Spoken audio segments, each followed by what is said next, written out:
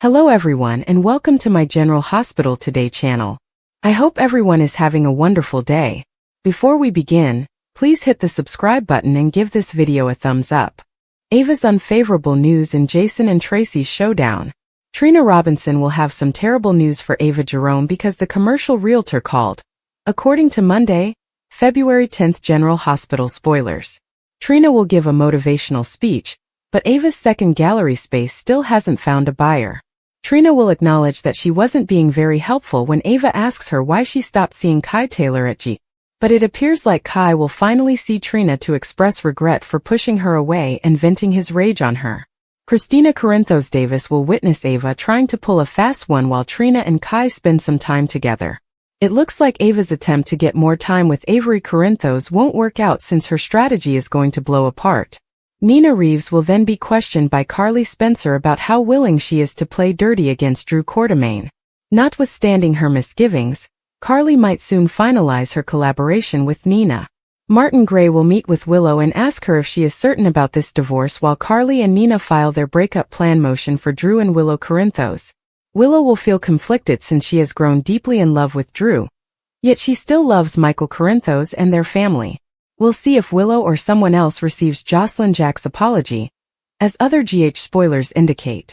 It appears that Rick Lansing will be concerned about Cyrus Renaud and the threat he poses because Elizabeth Baldwin will also receive a warning on Monday's show. Our predictions indicate that Elizabeth will run into some issues in the upcoming episodes since Cyrus is in fact hatching a conspiracy against her. In the not-too-distant future, Lucky Spencer might have to save Liz. Sasha Gilmore Corbin, on the other hand, will enter a circumstance that enrages her. Sasha may react if Felicia Scorpio calls her without informing her that Cody Bell will be at the restaurant. Sasha will provide an irate reminder of her position, because it's obvious that she just wants to manage her own life free from all of the baby daddy's nagging and questioning sessions. Jason Morgan will face Tracy Quartermaine in a furious battle after returning from Baden-Baden. Tracy will provide updates on Drew's efforts to inform people that Jason is the biological father of Sasha's pregnant child. Jason will question how the rumors began and why Tracy would trust Drew in the first place. In the end, Tracy might conclude that Michael is the biological father as she doesn't think Jason is. When Gio entered the gatehouse living room carrying Amelia's toy elephant, Brooke Lynn paced uneasily. Gio was told by Brooke Lynn that Willow had returned the children to Nina's house. She held herself responsible for Willow's recent move out. I couldn't keep my big mouth shut about her relationship with Drew. I tried to give Willow a little tough love, and it backfired spectacularly, she stated. Brooklyn residents were brought up on tough love, thus Gio failed to see the issue. I am sure she'll realize you were coming from a good place. Eventually, replied Gio. Brooke Lynn was unsure and believed she had exacerbated the situation. Tracy quickly interrupted and asked whether Willow had understood the ground rules. Tracy expected that Willow would soon move in with Drew and take Michael's kids, and Brooke Lynn was shocked that she stayed composed. In retrospect, that arrangement clearly had a shelf life. Willow was never going to be happy abiding by our rules, Tracy stated prior to announcing, time to call in the lawyers. During their phone conversation, Marty informed Willow that he agreed with her decision to return to living with Nina. He hung up and Lois, in dire need of a lawyer, showed up at his door. I'm not here to talk about Drew and Willow, she told him, but she had to emphasize that Drew was a schnook, which is Brooklyn slang for jerk. Admire Days, B&B, General Hospital, or other soap operas. Participate in the discussion on our SC boards. To interact with fans and start a conversation right away, click here. Lois, who was apprehensive, revealed that she had been hiding something for the past 21 years and was afraid of the consequences if it were ever revealed. My daughter Brooklyn Quartermaine had a baby with Dante Falconeri, she finally vomited out. She further emphasized that the other grandparents and the baby's father were unaware that Brooklyn had a child and would never learn about it. It was a private adoption, Lois clarified. Brooklyn was unaware that the infant had been put with a member of her extended family. Brooke Lynn might be able to unseal the adoption, which disturbed Lois. A knock on the door interrupted Marty's attempt to soothe Lois. To Tracy's amazement, Lois was standing there when she burst in. Lois excused herself by claiming that Willow was the reason she was there. Having her ex-daughter-in-law on her side made Tracy pleased. Can you believe that Willow took those kids back to Nina's? We had an agreement, Tracy responded. Marty was eager to lash out at Tracy. You and your family made Willow seem unwelcome and unappreciated in her own home. So in my opinion, the blame lies entirely at your feet, he stated. After walking Tracy to her car, Lois went back to Marty's room. After telling him the rest of the tale, she eventually admitted to living with Brooklyn's son. Her words, Gio Palmieri is my grandson. Willow thanked her mother for allowing her to stay in Nina's apartment. Willow acknowledged that she could have treated Brooklyn a bit more kindly. She even acknowledged that she made a mistake. It felt good to stand up for myself, but deep down I know she was right. I shouldn't have been with Drew in the house I shared with Michael, she stated. I should have turned Drew away when he showed up this morning, but I just couldn't, Willow said. When he left, all I could think about was Michael and how much I still cared about him, she said. Unfortunately, Drew was unable to leave and came up to Nina's door. He received a text from Willow inviting him over. Nina accused Drew of sneaking onto the Q grounds as Willow switched on the nightlight for the children. You put Willow in a position where she could lose her children, and you don't seem to care, Nina replied. She also urged him to relocate to Washington, D.C., for the sake of everyone. Maybe I will, but I'm not going anywhere without taking Willow with me, Drew said. At that statement, Nina became enraged. Let me make myself perfectly clear. I will do anything for my daughter and my grandchildren, so if you are looking for a fight, Congressman, I'm happy to oblige, she said. Willow reminded Drew that they were wrong to be together at the gatehouse when they got back to the living room.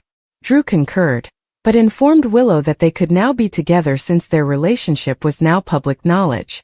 Nina called Carly to request a meeting after she saw Willow and Drew sharing a kiss. We have a mutual problem, Carly, and it's time that we deal with it once and for all, Nina replied. Dante asked Chase in the Quartermaine kitchen if he had any knowledge about the Sam murder inquiry. Chase wouldn't reveal to Dante who the police were investigating as a person of interest. Dante begged, I'm begging you. You gotta tell me who you think killed Sam, not realizing that Rocco was listening from behind him. Without being seen, Rocco kept listening. Chase said that he would also want additional details if the situations were reversed. Chase gave in when Dante vowed to do nothing with any information he provided. Our lead suspect is Cyrus Renault, he stated. Why would Cyrus Renault want to kill Sam? This doesn't make sense.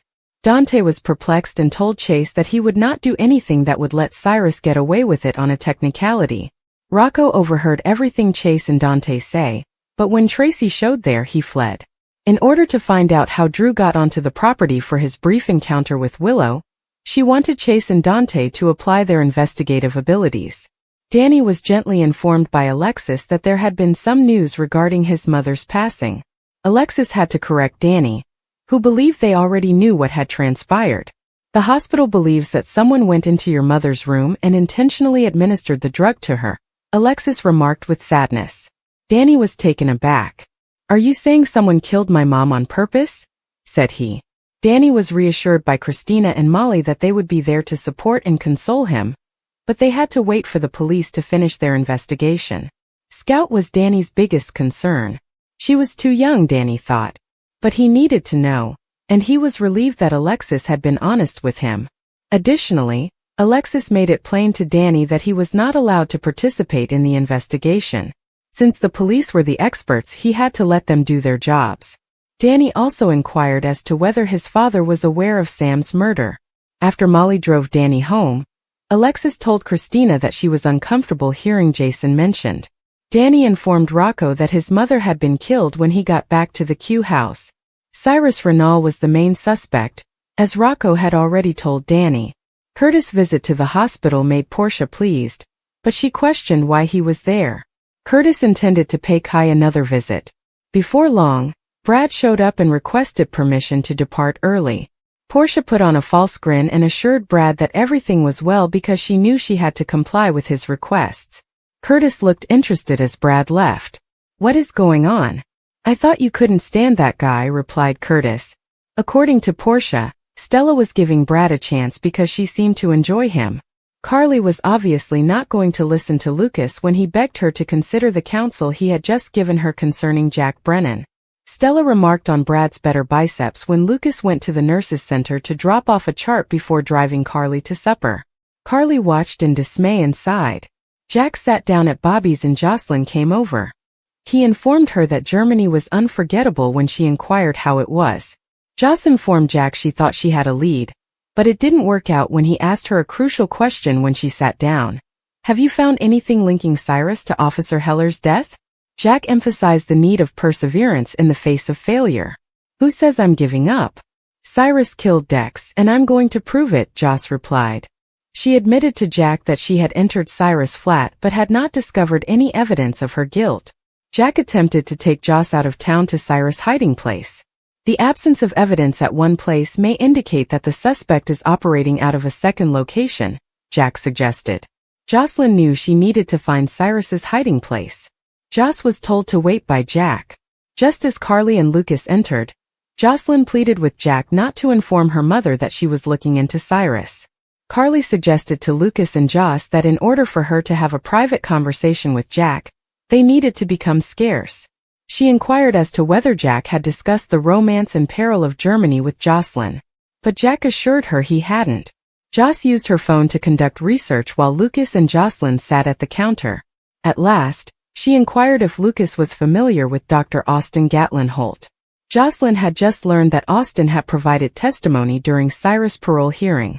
Josh Kelly of General Hospital has a new role. Everything we know. Fans of Josh Kelly will soon be able to see the daytime favorite portraying a completely different role on General Hospital, where they adore watching him bring Cody to life every weekday. Tonight, the ABC star will make a special appearance on CBS's NCIS Origins. The team, with a little assistance from Kelly's character, looks into the horrible murder of a veteran who fell on hard things after fighting in Vietnam in the Monday, February 10th episode called Monsoon. Their most recent case makes Frank consider his own difficulties after the war. Additionally, expect Gibbs to consider a different course of action in the future.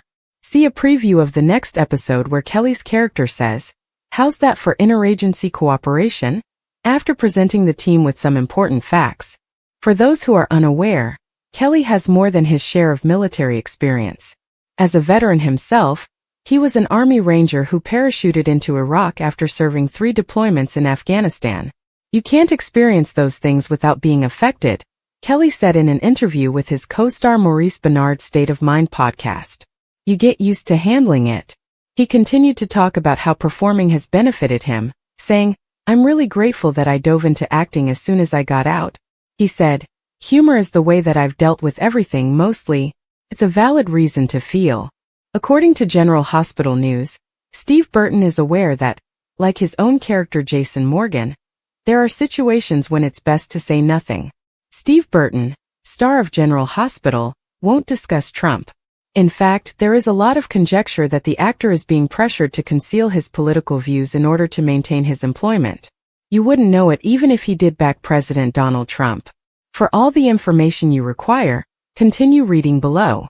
As many General Hospital viewers are already aware, Steve and his former co-star Ingo Rademacher were fired in November 2021 for no other reason than that they disobeyed the ABC network's vaccination policy at the time. In the entertainment sector, Steve moved on to work for Days of Our Lives, whereas Ingo has struggled to find employment. However, Steve Burton is aware that he cannot risk losing his job on the soap opera now that he is returned. He also understands that it's best for him to keep his political views to himself, unlike his previous co-star Ingo Rademacher. He is aware that it is best to keep his personal beliefs and work life apart.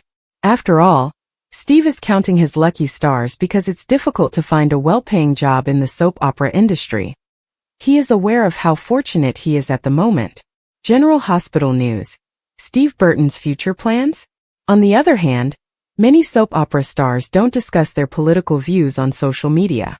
Nancy Lee Grahn appears to be the lone exception, as she is always expressing her opinions about X. Even though Steve Burton may feel that he isn't being treated fairly, he still wants to keep his work and get paid at the end of the week.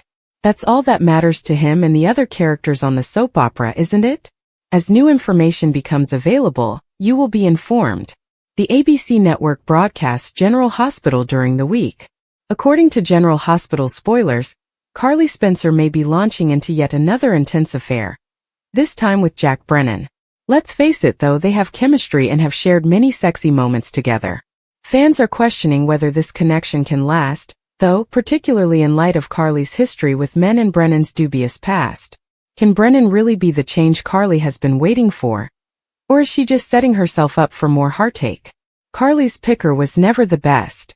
Carly's past of choosing the wrong men should not be forgotten. Carly has a talent for picking lovers who have their own baggage, from Sonny Corinthos to Jasper Jax, and even her turbulent connection with Drew Quartermaine. It frequently results in pretty severe consequences. Every relationship has left its mark, complete with emotional ups and downs, falsehoods, and betrayals.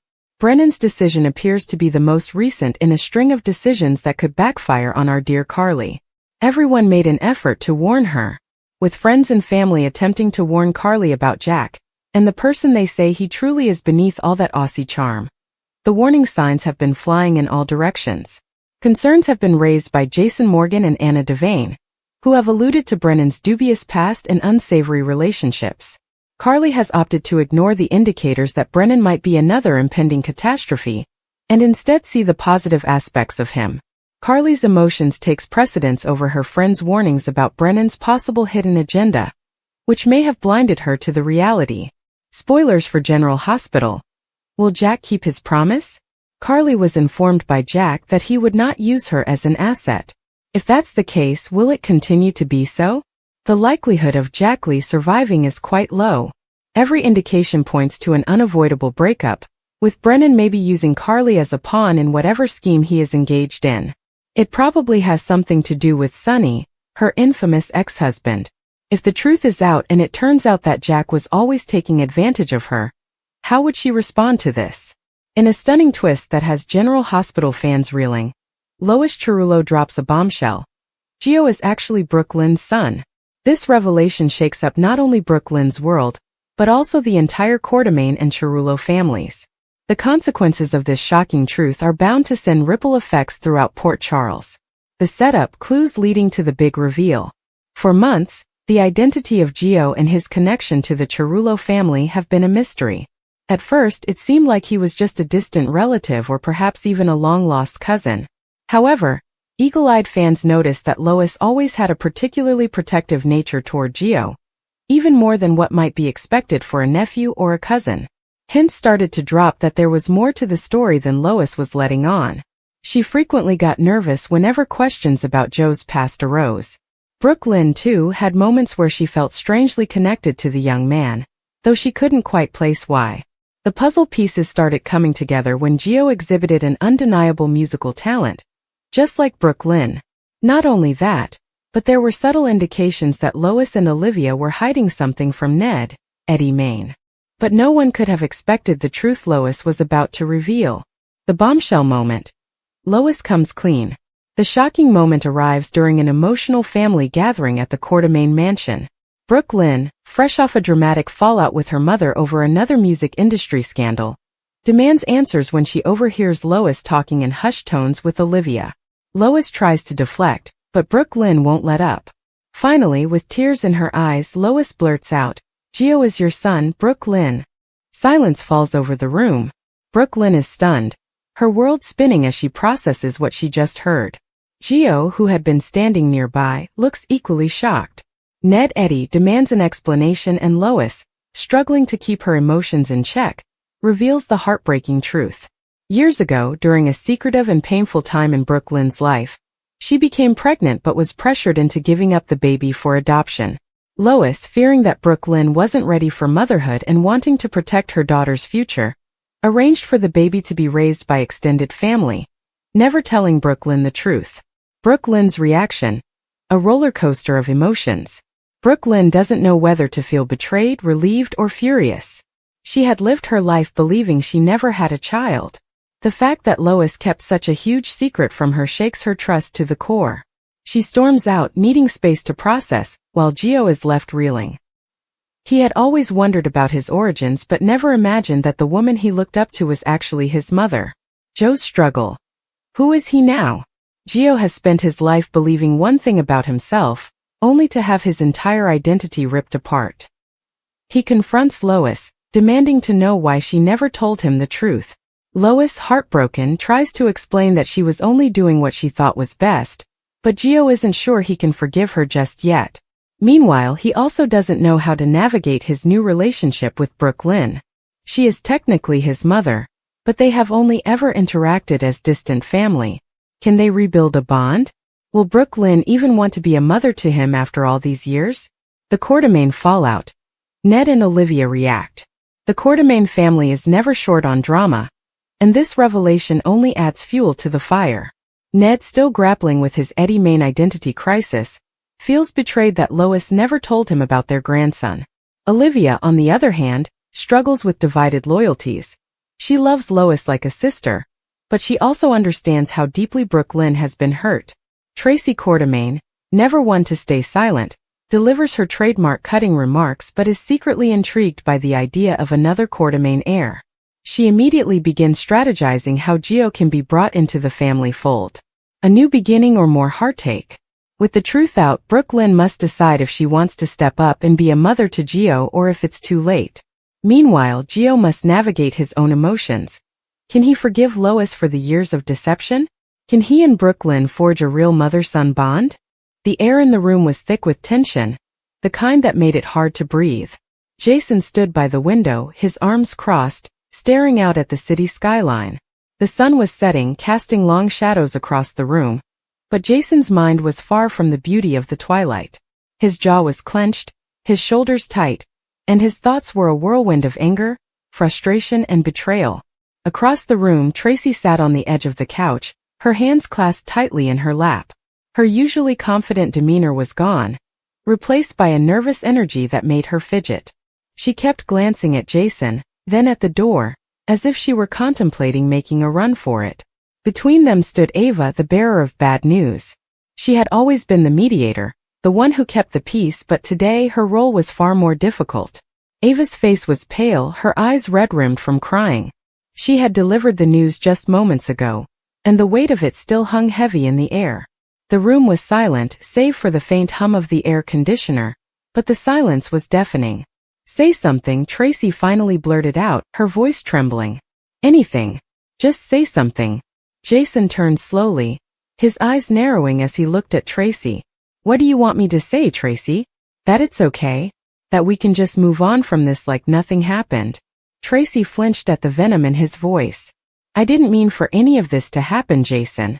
You have to believe me." "Believe you?" Jason scoffed, taking a step toward her. "Why should I believe you? You've been lying to me for months. Now this." He gestured wildly at Ava, who looked down at the floor, unable to meet his gaze. Ava had always been the glue that held their little group together.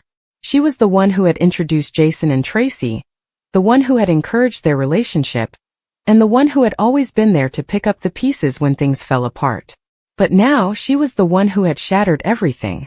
The news she had delivered was like a bomb, exploding their lives and leaving nothing but chaos in its wake. "I'm sorry," Ava whispered, her voice barely audible. "I'm so sorry." "Sorry doesn't cut it, Ava," Jason snapped, turning his anger toward her. You knew everything and you didn't say a word.